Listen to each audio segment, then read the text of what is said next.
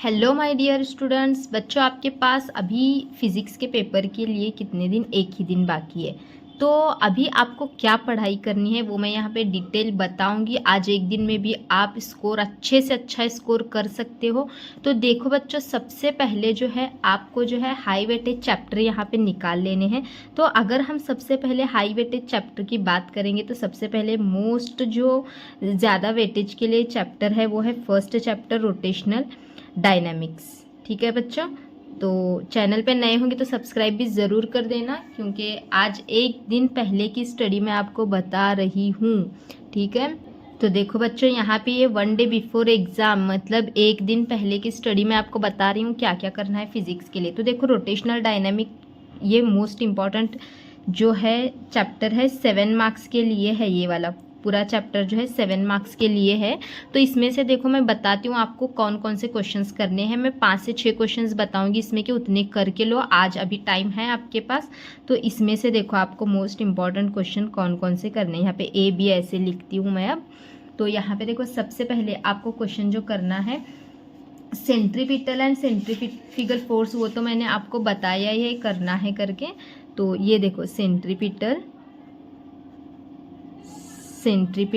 And centrifugal force. ठीक है, ये 2 मार्क्स में आने के चांसेस हैं, तो ये करो। फिर उसके बाद अब देखो दूसरा क्वेश्चन यहाँ पे और मैं बताती हूँ आपको करना है। वो वाले क्वेश्चंस मोस्ट इम्पॉर्टेंट हैं। फिर इसके बाद जो है कोनिकल पेंडुलम का आपको करना है इस चैप्टर से। कोनिकल पेंडुलम का 4 मार्क्स के लिए है ये वाला क्वेश्चन। कोनिकल पेंडुलम जो है वो 4 मार्क्स के लिए है, ये करना है। फिर उसके बाद इसके अंदर आपको डायग्राम वगैरह इसकी बनानी है और एक्सप्रेशन यहाँ पे लिखना है। तो उसके बाद देखो, ये हो जाने के बाद आपको पैरेलल एक्सिस और परपेंडिकुलर एक्सिस का थ्योरम करना है। तो यहाँ पे लिखती हूँ मैं आपके लिए थ्योरम ऑफ पैरेलल एक्सिस, और यहाँ पे डी में लिखती हूँ थ्योरम ऑफ परपेंडिकुलर एक्सिस। ये क्वेश्चंस आपको इसमें से करने हैं, और एक दो हैं क्वेश्चंस वो भी बताती हूँ आपको इसमें से जो करना है। मोस्ट इम्पॉर्टेंट अभी 2026 के एग्ज़ाम के लिए मोस्ट एक्सपेक्टेड क्वेश्चंस हैं ये। तो ये तो 4 आपने कर लिए। फिर रोटेटिंग बॉडी का आपको करना है। यहाँ पे देखो, ये रोटेटिंग रिजिड बॉडी। ओके, ये जो क्वेश्चंस हैं ये 4 मार्क्स के लिए आएगा, और ये भी जो है 4 मार्क्स के लिए या फिर 3 मार्क्स में भी आ सकता है। तो ये क्वेश्चंस इसमें से करो। रिजिड रोटेटिंग बॉडी का जो क्वेश्चन है 3 मार्क्स के लिए आ सकता है ये वाला क्वेश्चन। तो इतने क्वेश्चंस इस चैप्टर से करो। फिर सेकंड अगर हम देखेंगे मैकेनिकल प्रॉपर्टीज़ ऑफ फ्लूइड, तो उसमें से भी मैं आपको मोस्ट इम्पॉर्टेंट क्वेश्चंस बताती हूँ। टेंशन मत लो, अभी टाइम है आपके पास, वीडियो को एंड तक ज़रूर देखो। तो सेकंड चैप्टर हमारा है वो मैकेनिकल प्रॉपर्टीज़ ऑफ फ्लूइड,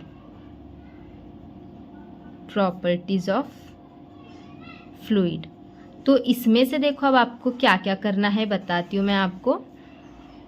तो यहाँ पे देखो, इसमें के जो है मोस्ट इम्पॉर्टेंट क्वेश्चन जो करने हैं आपको, सबसे पहले तो आपको यहाँ पे सरफेस टेंशन, सरफेस एनर्जी के डेफिनेशन और फॉर्मूला करना है। सरफेस टेंशन एंड, मैंने 1 मार्क 2 मार्क 3 मार्क्स 4 मार्क्स सारे क्वेश्चंस आपको दिए हैं। लेकिन अभी कुछ बच्चे ऐसे हैं कि जिन्होंने कुछ भी पढ़ाई नहीं की, तो उनके लिए ये क्वेश्चंस मैंने और यहाँ पे निकाले हैं। बहुत मतलब इसमें से भी इम्पॉर्टेंट यहाँ पे निकाले हुए हैं। तो ये करना है, आज के दिन आपके पास पूरा टाइम है, तो अच्छे से इसको करो। फिर ये हो जाने के बाद इसी में से cohesive and adhesive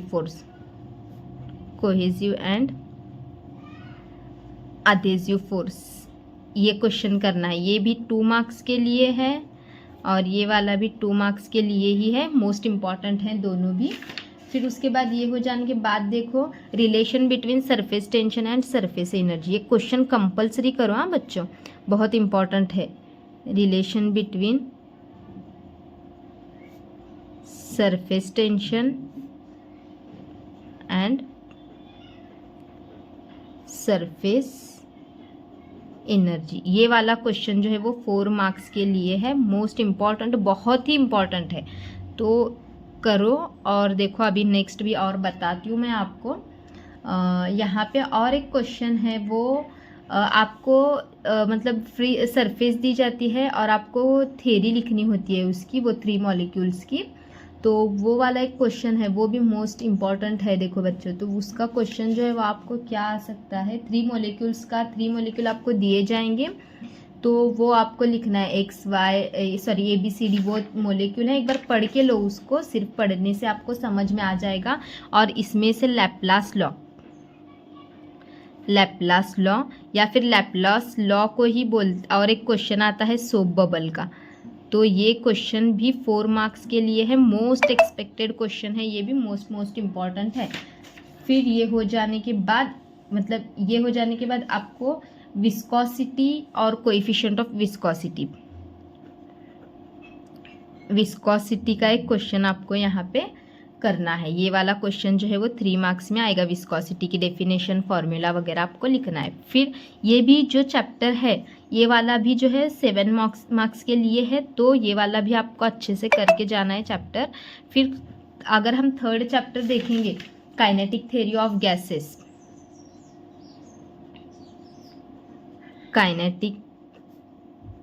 of gases, तो ये वाला चैप्टर भी 7 मार्क्स के लिए है, मोस्ट इम्पॉर्टेंट है। फिर इसमें से आपको क्या क्या करना है वो भी बताती हूँ। देखो, इस चैप्टर से बच्चों आपको करना है मेयर्स रिलेशन एक करो, और दूसरा जो है फेरीज ब्लैक बॉडी, या फिर इसको ही और एक नाम आ सकता है आपको, परफेक्ट ब्लैक बॉडी। ये मेयर्स रिलेशन 4 मार्क्स के लिए, और ये जो है ये 3 मार्क्स के लिए आने के चांसेस बहुत ज़्यादा हैं। ब्लैक बॉडी के तो आने के चांसेस बहुत ही ज़्यादा है, परफेक्ट ब्लैक बॉडी या फेरीज ब्लैक बॉडी भी बोल सकते हैं आप उसको। और उसके बाद देखो, कोएफिशिएंट ऑफ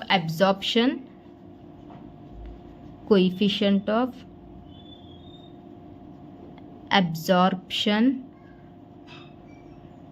और रिफ्लेक्शन, यहीं पे ये coefficient of absorption, reflection and और एक आ सकता है एब्जॉर्प्शन, रिफ्लेक्शन, और एक इसका जो है वो transmission, coefficient of absorption, reflection और ट्रांसमिशन। ये क्वेश्चन 3 मार्क्स के लिए। और एक इसमें से क्वेश्चन है डी, किरचॉफ्स लॉ। तो किरचॉफ्स लॉ है ना बच्चों, मैंने बताया था आपको 2 टाइप का है। तो यहाँ पे ये किरचॉफ्स लॉ जो है ये रेडिएशन के लिए, फॉर रेडिएशन, तो ये भी 3 मार्क्स के लिए ही यहाँ पे पूछा जा सकता है। आपको समझ में आ गया? ये इतने क्वेश्चन आप इसमें से कर लो। और ब्लैक बॉडी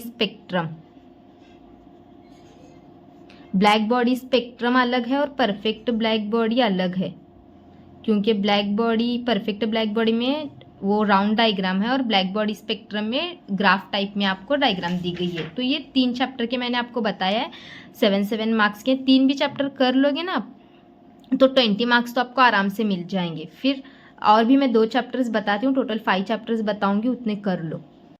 उसके बाद देखो चैप्टर नंबर 4 अगर हम देखेंगे ना बच्चों, तो थर्मोडाइनमिक्स है। सॉरी, कुछ स्पेलिंग्स थोड़ा यहाँ जल्दी में लिखते वक्त बच्चों थोड़ा सा मिस्टेक हो जाती है। 7 मार्क्स के लिए थर्मोडाइनमिक्स। अब थर्मोडाइनमिक्स में से आपको क्या क्या करना है? थर्मोडाइनमिक्स में से देखो मैं आपको बताती हूँ। यहाँ पे आपको फर्स्ट लॉ करना है, फर्स्ट लॉ ऑफ थर्मोडाइनमिक्स। उसके बाद यहाँ पे ज़ीरोथ लॉ करना है। उसके बाद जो है आपको पीवी डायग्राम्स करनी है, इसमें से पीवी डायग्राम्स, और डी में रिवर्सिबल प्रोसेस, एडियाबैटिक